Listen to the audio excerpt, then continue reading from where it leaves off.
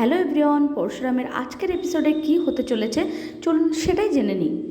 আজকের এপিসোডে কিন্তু আমরা দেখতে পাবো বিজিৎ সকলের সামনে আয়ুষীকে আংটি পরিয়ে দেয় এবং আয়ুষী বিজিতের রিং সেরিমনি নিয়ে বাড়ির সকলে, আয়ুষীর শুদ্ধ সকলে কিন্তু খুব খুশিতে মেতে ওঠে এবং বিজিৎ কিন্তু সেইখানে জানায় যে আমি বিয়ের দিন আমাদের রেজিস্ট্রিটা করতে চাই, তাতে কি কারোর কোনো আপত্তি আছে?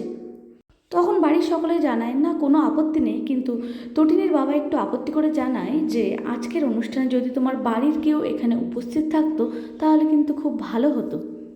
তো বিজিৎ তখন জানায় বাড়ির লোক কাজের জন্য একটু ব্যস্ত থাকায় আজকের অনুষ্ঠানে আসতে পারেনি।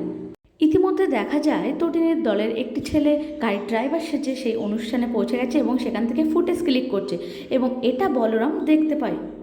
বলরাম এটা জানতে পেরে শিবপ্রসাদকে জানিয়ে দেয়, ওরফে পরশুরামকে এটা জানিয়ে দেয় এবং পরশুরাম তখন বলে ছেলেটির উপর নজর রাখতে এবং যা একটা পুলিশের করণীয় সেই ব্যবস্থাটাই করতে।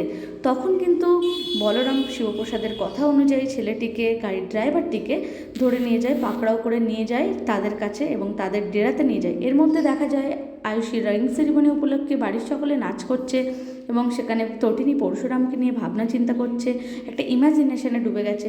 তারপরেই দেখা যায় ছেলেটিকে ওরা ধরে নিয়ে এসছে ওদের ডেরায় এবং সেখানে ছেলেটিকে জিজ্ঞাসাবাদ করা হচ্ছে, কিন্তু ছেলেটি কোনো উত্তরই দিচ্ছে না। জিজ্ঞাসা করা হচ্ছে তটিনী গাঙ্গুলির সাথে তার কী সম্পর্ক।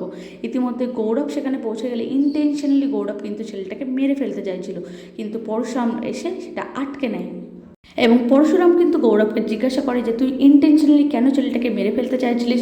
তো এটা শোনার পর কিন্তু গৌরব রেগে সেখান থেকে বেরিয়ে যায়। এরপরেই কিন্তু দেখা যায় পরশুরাম ছেলেটিকে জেরা করা শুরু করেছে এবং ছেলেটিকে জিজ্ঞাসা করে, বলো তটিনীর সাথে তোমার কিসের সম্পর্ক, কী জন্য তুমি তটিনীর সাথে আছো, কিসের র্যাকেট আছে তোমাদের। তখন কিন্তু ছেলেটি শিবপ্রসাদকে বলে যে আপনি শিবপ্রসাদ না, তটিনীর হাজব্যান্ড। তো এখানেই আজকের এপিসোড শেষ হয়ে যায়। ধন্যবাদ।